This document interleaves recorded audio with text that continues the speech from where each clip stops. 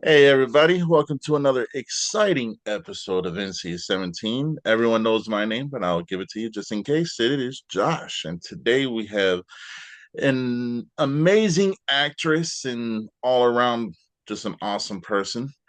We have Lynn Hostetler. How are you doing today? I'm doing well, thank you. How are you? I'm pretty good, pretty good. Uh, First and foremost, thank you for coming on, and we can always send out the invite, and it's up to you guys to accept it. We're always grateful when you do. It's my pleasure. All right. So before we get into your films and everything like that, kind of take us back a little bit. When you were younger, was movies and the entertainment world always something you wanted to do, or did it just kind of progress as you got older? Absolutely. So, as long as I can remember, ever since I was like learning how to speak, it's something that I've been wanting to do. I was really into musicals growing up, so I was into like Annie and The Wizard of Oz. They were my favorite movies growing up, and so when I was like three, I would dress up as those characters and put on shows for my family, and I would turn on the TV and act out whatever scenes I saw from whatever movies I was watching, and it was just always something that I knew I wanted to do from the beginning. I just knew I had to chase it. And so um, as I got older, I was like, this is what I have to do with my life. There is no other career path for me. So Yeah. So the musicals when you were younger, did they play an influence on any part of your path going into entertainment, or was it just you just wanted to do something and make sure that you left your mark on the entertainment world? a little bit of both. I just was fascinated with the idea of like playing pretend and like realizing that I could do that for a living. Like that's every kid's dream is to just play pretend for a living. And so um, I towards the beginning, I didn't really think it was something that I could achieve and do with my life because you hear, especially coming from a small town, I'm from Indiana, you hear growing up like, oh, that's not something that you could get into. It's not something that is like sustainable to reach. And so for several years, like throughout middle school and high school, I kind of shut that down and was like, yeah, maybe they're right. Maybe this isn't something that I can pursue. And then after I graduated high school, I was like, you know what? I'm gonna do it. I'm gonna give it a shot. If it doesn't work out, it doesn't work out. But I at least need to say that I tried and did it. So Yeah. So after high school and you started on your path to where you are today, so when you were kind of getting your grip on the acting bug, because it can hit at different stages. Like you said, it hit you young and it's been with you ever since. So after you kind of let the inhibitions go of not being able to do it and then actually going out and doing it, was there ever a moment where you was like you had to take a step back and say, well damn, I'm actually doing it? yeah, so I just started putting myself out there, applying for any projects that I could, short films, student films, whatever I could get my hands on. And I was like, it's not going to go anywhere. No one's going to contact me back. And then within a year, like I got a couple of different projects like all at once. And I was like, oh, this actually is something that can take off. I just have to put myself out there and keep working towards it. Oh yeah. uh so getting your first audition out there, was that, was you nervous, was you scared, or was you just full of excitement and ready to tackle it no matter what? A little bit of everything. I was nervous, but I didn't have high hopes of hearing back from anybody. It was more of just give it a shot and see how it goes. And so I just started putting out auditions and ended up getting cast. Oh yeah. So it looks like your first thing was called N Marion. Yeah, yeah. That was shot in near my hometown in Indiana. Um, it was the first project that I had ever done, and so I didn't know what to expect going into it. It was a very small set. It was just a couple of people. We wanted to just make a really heartfelt indie film about, growing up in a small town in Indiana. Oh yeah. And so once you got on set and you got your first taste of the life, was it everything you had hoped, or are you still reaching for something better every time you get a role, every time you get on a different set? Are you always trying to, everyone's always trying to improve, but are you like taking those leaps giant, or are you taking baby steps still? I did start off taking baby steps. This was a very small set. It was only a couple of people, not a lot of crew. Some days it was just me and the director and a camera, and that was it. But I remember driving home from set on the first night and just being like, "Wow, this is what I want to do," and I can't believe that I'm at a place where I can do it now. It was just so like surreal of a feeling, and it was addicting. I was like, "I have to keep doing this," so I keep applying for more and more and more projects after that. It was I really fell in love with it on that set. Yeah. Oh yeah. Uh, so and this is kind of like an off the wall kind of statement or comment or question. So like I said before, I dig your hair. Like it pops. Thank you. Do you ever find that people change a role so it fits you because of like just who you are and like your look and stuff? Have they ever done that for you? So far, everyone's been really accommodating with it. I know that going into this industry, it's gonna probably cause some conflict as far as like certain characters I can and can't play. But I've been, I've had my hair this color for like 10 years. So I'm really sticking to it. I'm dedicated to it. I am open to changing my hair for roles. But it's also really cool that so far the characters that I've been cast in, my appearance kind of plays a part in who that character is also. So I get to kind of share it with the characters also. Oh yeah. Uh, I'm gonna give you kind of like a who I think at like in movies who I think you kind of like the vibe you give off of. Have you ever seen Return of the Living Dead? I haven't. Uh, I suggest you check that one out. Linnea Quigley plays a character named Trash, but that's just a character. But just your look kind of is reminiscent of that a little bit to me, and that's awesome. You know, don't like when you watch it, don't think of everything else. Just look at the character, because yeah, there's a lot of things. Never mind. Tangent. I'm sorry. No, you're good. I'll have to give that one a watch. Oh yeah. Uh so with the films and the short films you've been in, have you noticed that it's been a certain type of film, or are you just open to anything, or is there a certain genre you haven't done yet that you definitely want to do? So far, I've only done drama. I really love drama. I think it's probably my favorite genre to do. I just really like dark, serious roles where I can kind of push my emotional boundaries and get to a place that I don't usually get to in my normal life. But outside of acting, I'm a huge horror fan. Horror is my favorite genre. I'd love to do more horror. So, Uh, uh so it looks like your second thing was 113 in Indigo Drive. yeah, 113 North Indigo Drive. It was a feature film. It's split into three parts to focus on three different characters. It is about three women who are abducted in Ohio and held captive, and just about their fight for survival to get out. Oh, yeah. Uh, so in playing a character like that, because stuff like that really happens in real life, Yeah. did you have to tap into kind of like a darker side of yourself, a more animalistic side, because you played this character that one can actually happen, and then two, more it gives more women empowerment? Did you have to dig deep to get to kind of find that character?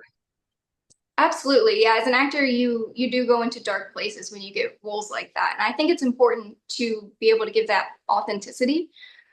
So that movie was inspired by a real story of the three women who were kidnapped in Cleveland. And so it was inspired by that. And I was a huge follower of that case when it came out. I was so interested. I was reading books about it and watching movies about it.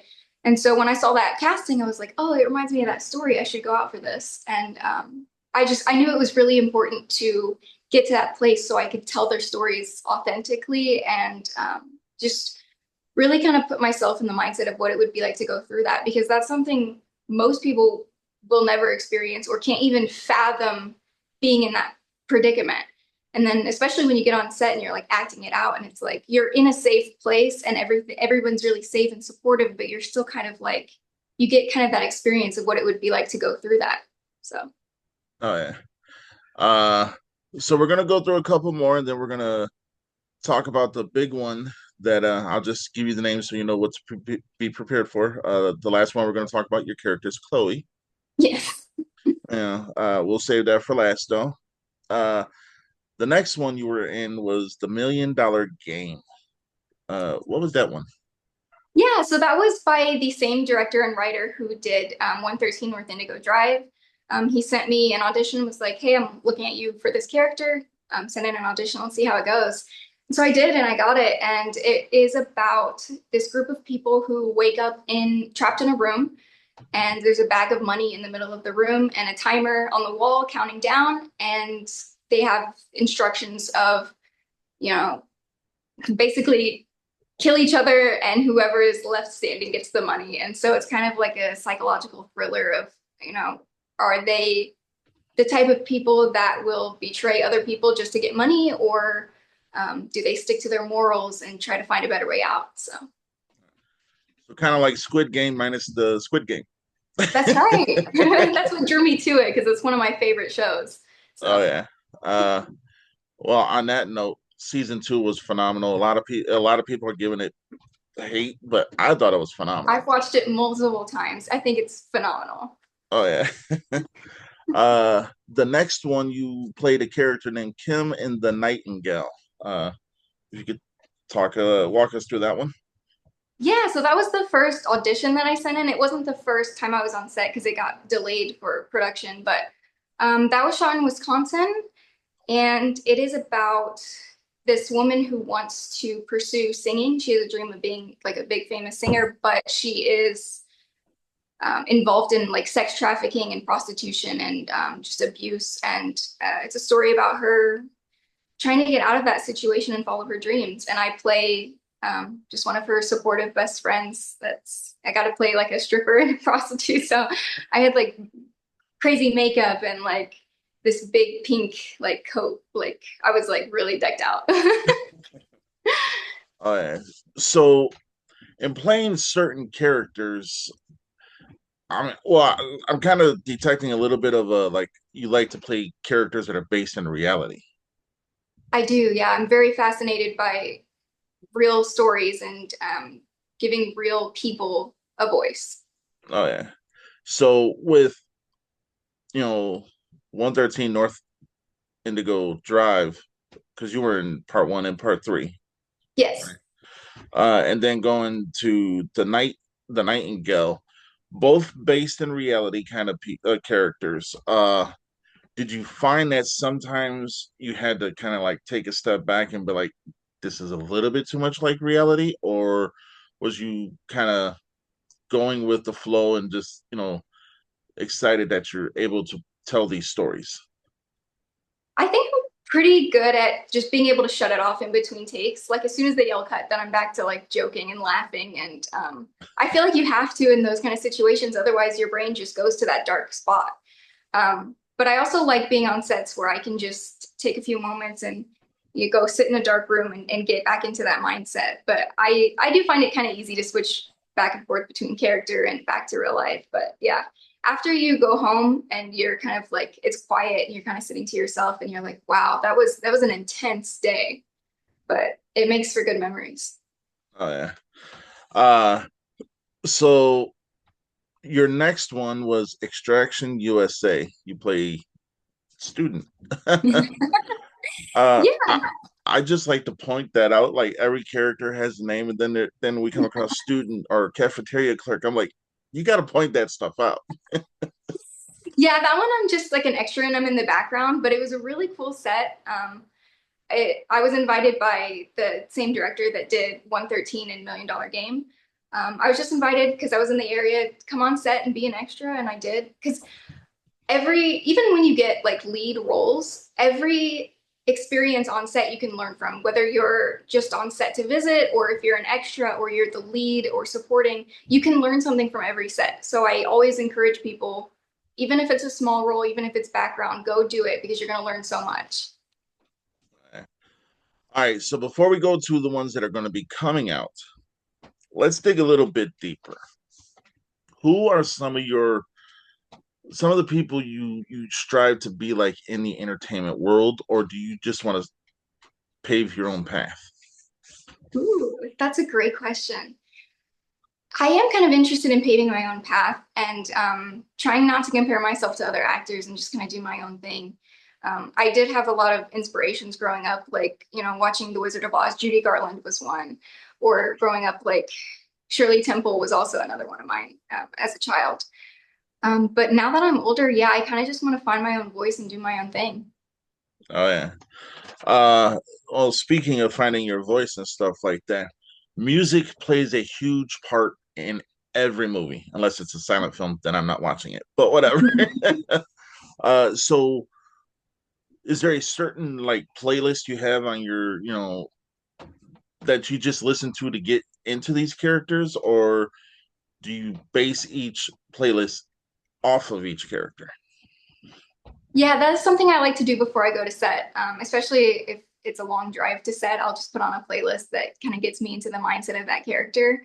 I did it for two films. I did it for In Marion, and I did it for the one coming out Already Dead. So I made a playlist for Chloe, and I made a playlist for Nora from In Marion. And so I just put, like, what kind of music would she listen to? What kind of songs remind me of her? What's going to get me into that mindset? And so, yeah, that is something I like to do. Oh yeah. Well, you let the cat out of the bag. We'll talk about Already Dead. I just watched the trailer. Looks phenomenal. Thank you. Kind of looks like you play a little bit of a wild child, if I can say.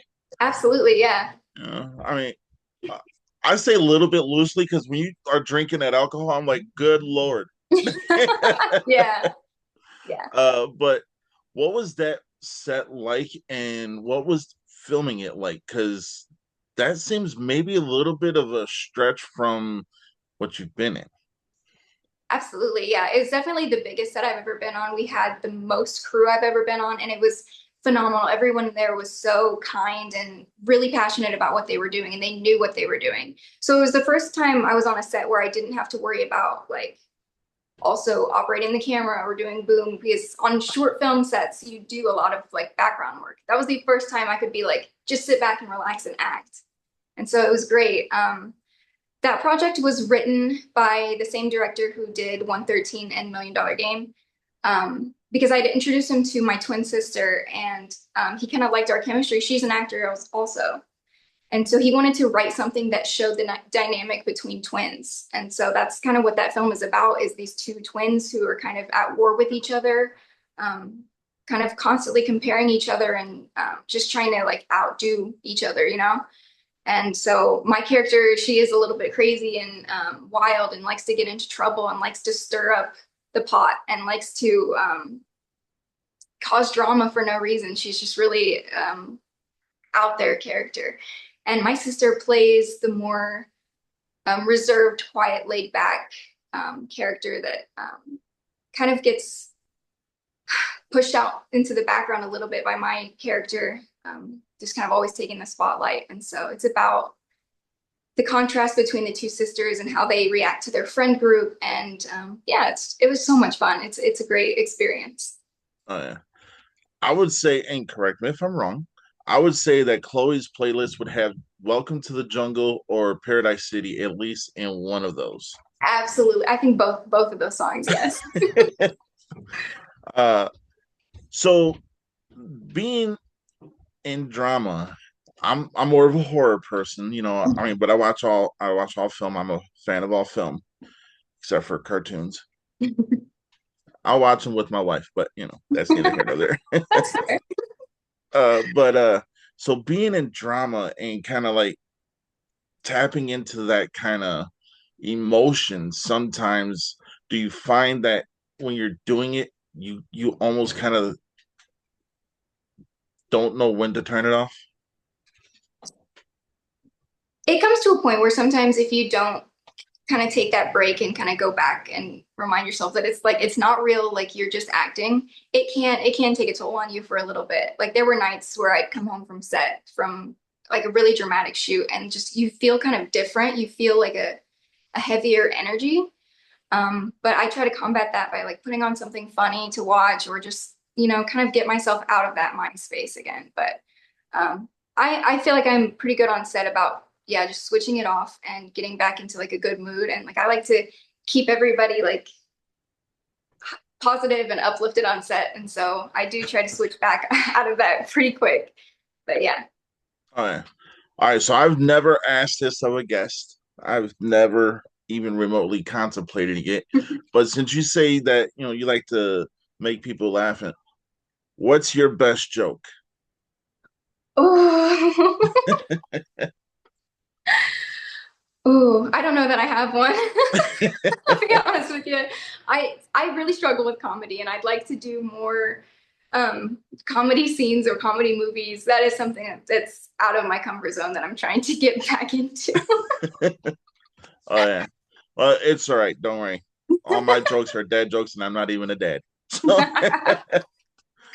uh, but no, there's a certain aspect of the entertainment world that kind of draws people in, but sometimes that light can be seen as a negative thing from others. Have you ever had to face any negativity in anything you've done? Oh, all the time. I think my biggest thing is people don't understand the indie film community. People don't understand that it's not about everybody seeing your project or it's not about, becoming famous or being well known. And so a lot of times if I post something about a project, people will be like, "Oh, you're a wannabe," or like you're not going to evolve out of this tiny little community. Like people try to belittle what I do because they think that it's not like real filmmaking if it's not like on a Hollywood set.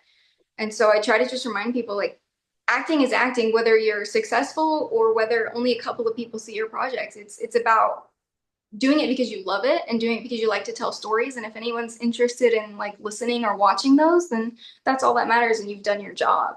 So that's the biggest thing I face is that people don't understand that indie film community. Uh, uh, I don't know if you've seen any of the previous episodes I've done, but Oh yeah, I've been binge watching it all week. oh, I love it. so then you've probably heard me say this, but since COVID and everything started getting, open again, and we're a couple years past COVID, Hollywood has become the B plus player. Mhm. And I truly believe that. Like, what good has come out in the last 2 or 3 years? Marvel has tanked, in my opinion, since Endgame, except for Mhm. Deadpool and Wolverine. That was good. But even the horror movies that are coming out, I'm like, a swimming pool that kills people. I'm like, come on, man. But to me, independent film right now is killing it in every facet of the entertainment world. You know, and Absolutely. and it's due to actresses such as yourself. I mean, I saw the trailer of Already Dead, and I'm like, damn, when is it coming out? Because I want to buy the damn thing. I don't want to watch it on TV unless I'm watching it on a Blu-ray or DVD. And Awesome, thank you. oh, you're welcome. And the respect that I have for independent film and the women and men that are in the industry for doing that is so much more than I have for a Tom Holland. You know, I agree. it's just crazy. But here's a question. Now, everybody wants that one Hollywood moment. Mhm. What would you consider your Hollywood moment? Would it be being in a big blockbuster movie or being recognized on the street? Ooh, that is a great question.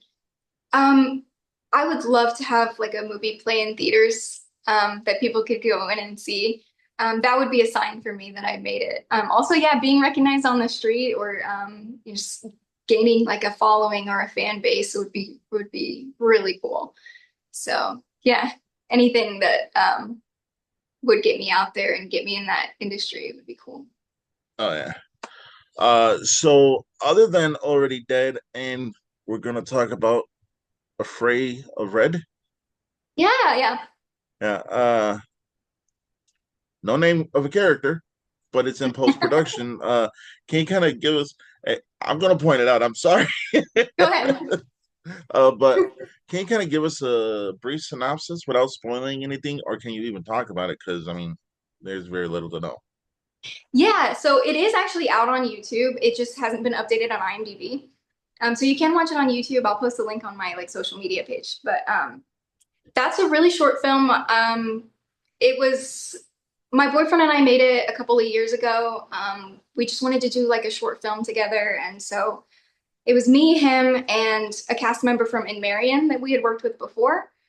It is about a couple going through a breakup, and the boyfriend kind of just snaps and doesn't handle it well. He's got, signs of psychosis or some kind of mental illnesses going on. And so he kind of just snaps and starts like stalking her and just trying to attack her. It's a really short film, but it was beautifully done. And I think there's some really cool shots in it. And I'm really proud of it. There's not a ton of dialogue either, which I think is cool. It's more of a visual storytelling. And so it was fun. It just took a couple of days to make and we just had a blast. Yeah. So what does the future hold for you? Ooh. So I just moved out towards LA recently. I live about an hour or so away from LA. And so I'm hoping to get an agent out here. I'm gonna start doing some acting classes next month out here. And so I'm just really trying to get my foot in the door of the industry and seeing where it takes me. But I'm always open to doing more indie films. I think that's where my heart is. I love the creativity and the people are so like earnest and caring on those sets. And so I really do want to stick with like indie projects, but I also kind of want to see where it takes me out here in LA. So I'm open to anything really. Oh yeah. Uh, so what would be the one horror movie that you can star in that you would want to be in? Terrifier 4.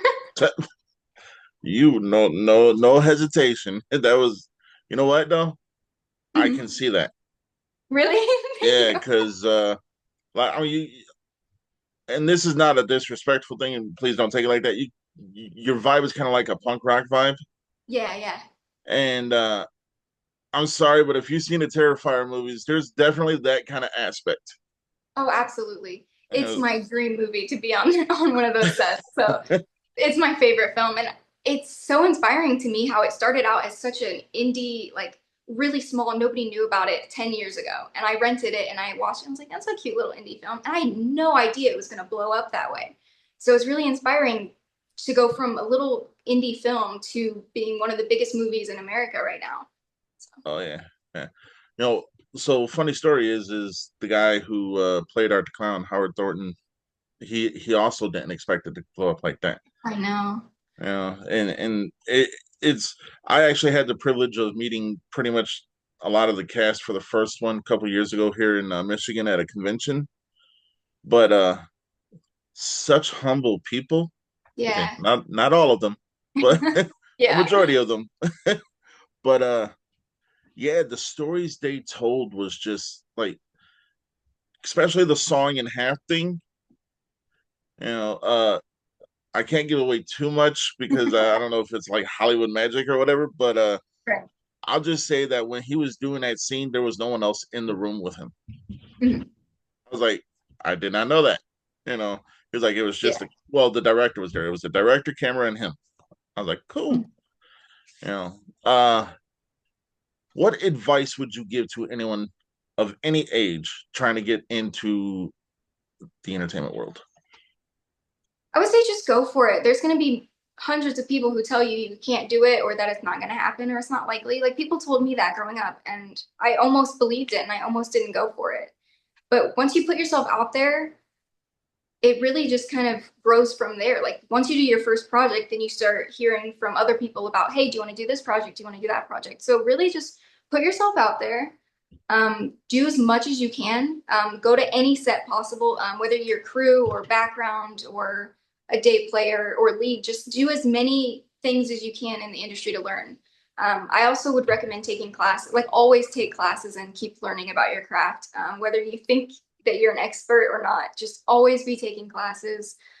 And then find the right people to connect with. Like I've met so many people just through like Facebook or Instagram about people who do the same thing I do. And so you can network that way also. And so I would say put yourself out there, learn as much as you can, and try to connect and meet with everybody that you can. Uh, uh, so you said recently that you just moved out and you're about an hour outside of LA. So the move was a big move, and Absolutely. with you being pretty much right there with everybody, and like the main stuff, the Hollywood scene and everything like that. The bug, has it gotten, like, did it has it bitten harder, or is it still the same? Ooh. It's a little bit of both. I think it's scarier out here to want to submit for roles or just go out and do stuff because there's millions of other people out here who are just as talented or know more people than you or, have more experience than you. And so you kind of get into a self-deprecating kind of thing of like, well, they're not going to cast me because they can cast a million other girls that can do it. So I'd say it's scarier. I don't know as many people out here that are in the film industry. But that's what's so great is I can always go back home and work on that indie community also. But yeah, it's hard not to compare yourself to other people out here, especially when there's so many other people who have just more opportunities than you. I struggle with that a lot is like, well, this person is like in every movie now and like they just are so much more successful than me or they're like I just have a really hard time with like comparing myself to other people. So it's harder out here for sure. Yeah. uh, well, I mean, I can only give myself as like a basis to this, as a comparison. So this show started out as a wrestling show. Really? That's Yeah. fascinating. Like, I tell people that and they're like, huh? You know, but I was also on someone else's platform, Mhm. and on that platform was nothing but wrestling. So you had 15 wrestling shows. So I was getting, and I'll say it, if I get one view, I'm happy because that means someone's watched it. Great. But when it's the same view for like almost 50 episodes, it kind of gets, something's got to change. Yeah. And so, like, your move out there, you had to change. And so I was like, all right, cool. Let me change it up.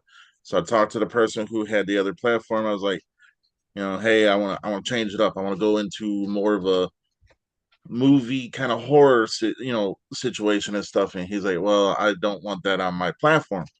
Mhm. I was like, then I'm gonna. The name at least. You know, I'm that type of person. Whatever. So I changed it to NC-17, but then I couldn't get nobody to come on the show Really. because it was just a bad vibe. Everyone was like NC-17, whatever. So I told my friend, gotta go off on my own. Mhm. Here I am, over That's 200 awesome. episodes later.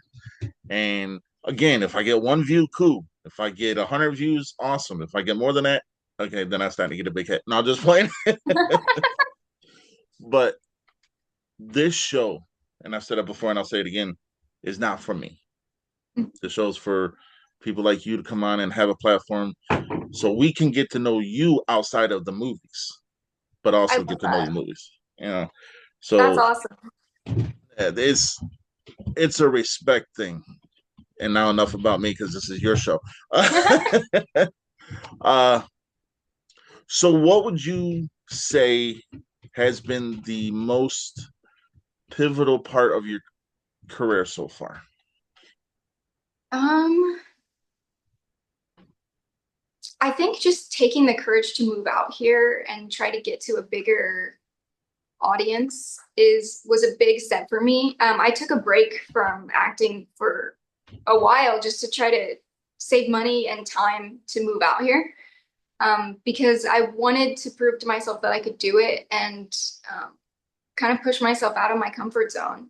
So yeah, I've always wanted to move out here and study film and get into the industry. And so I knew from a very young age that I needed to work and try and get out here as soon as possible. So yeah, Uh, well, just by the character of who you are, the sky's the limit for you. thank Yeah. you. And I truly believe that if you take steps forward and you don't fall, you're succeeding. That's right.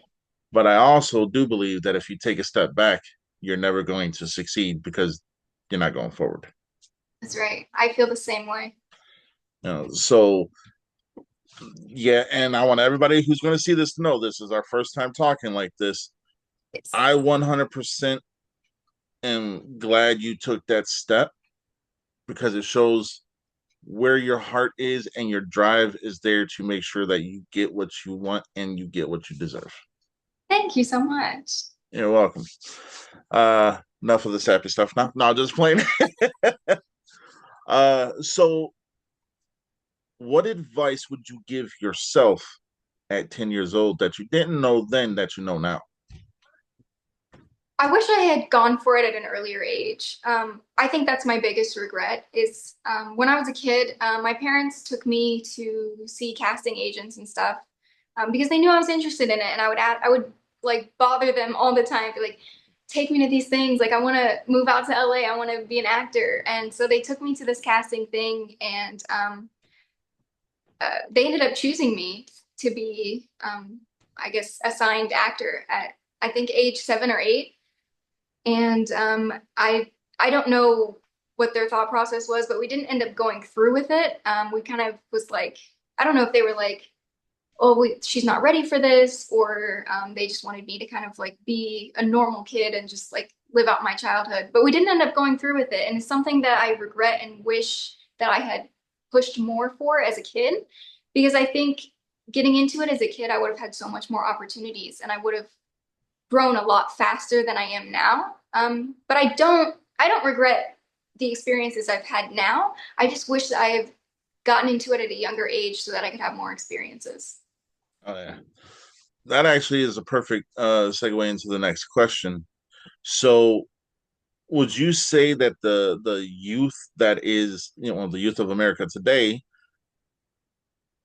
pretty much is like in the automatically in the deep end of the pool when they want to get into the entertainment world because you're either going to succeed or you're not. When you were growing up, your family or you had the choice to, okay, cool, I could do this, but now I want to take a step back and get back into it later. Now it's if you do it, you have to or you don't. Would you say Yeah. that's a fair assessment? Oh, absolutely. I've heard so many horror stories about children acting on sets and stuff, and I I know that it can be a very dangerous industry for children to get into, and I wish that wasn't the case because I think there's so many talented kids that could really be stars and shine, but I feel like the industry kind of destroys them a little bit, and it's sad to see.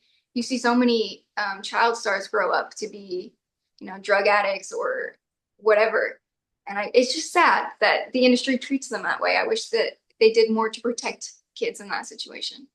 Oh yeah. Couple more questions, and then we're gonna get to the end of the show. What would you say is the lowest point of your career, if you had one, and if you feel comfortable talking about it? Um, I feel like recently, since I've moved out here, it kind of I got to a point where I was starting to feel stuck and starting to feel like I wasn't progressing. And it really took a toll on my mental health. I was like, maybe this isn't going to work out. Maybe I'm not meant to do this.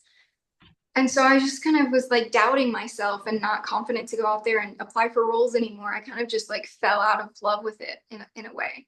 Um, and so I would say the past couple of months, definitely. But recently I've got that drive back, and I'm like, I gotta go out and do something again. Like I gotta get back on set, because like when you're not on set, it's so depressing. It's so like you're like, what is the point of anything? What is the point of my day job? What is the point of any if I'm not waking up and going to set every day?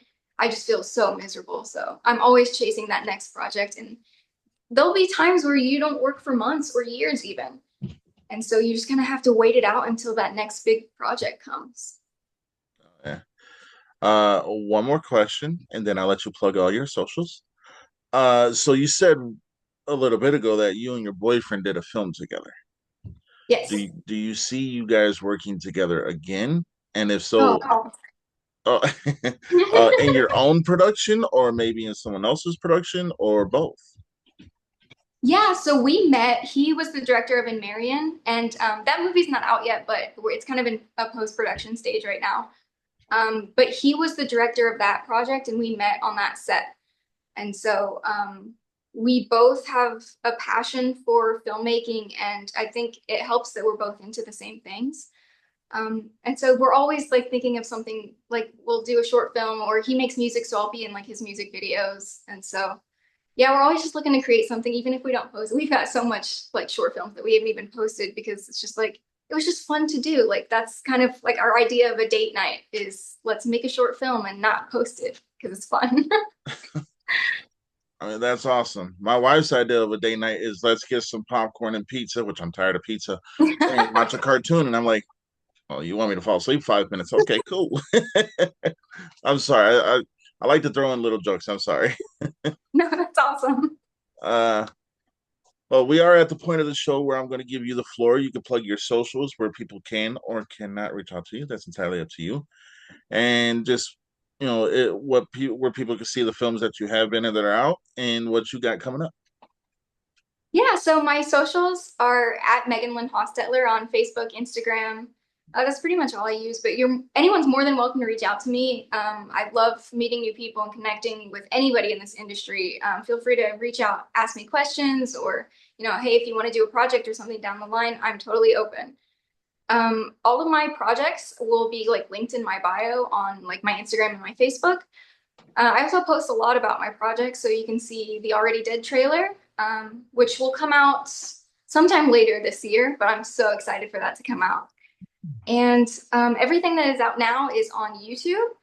Afraid of Red is going to be on Acoustic Media Productions YouTube channel, and I'll post that on my Instagram and Facebook.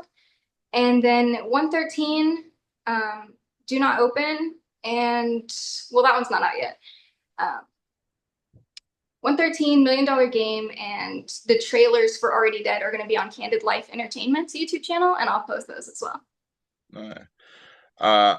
I have seen the trailer for Already Dead, and it looks phenomenal, like I said. And I'm in for all the craziness that your character is going to do because I'm sorry, when you were drinking that alcohol, I was like, what the, you know what I'm trying to say? I mean, It it was a kind of reminded me.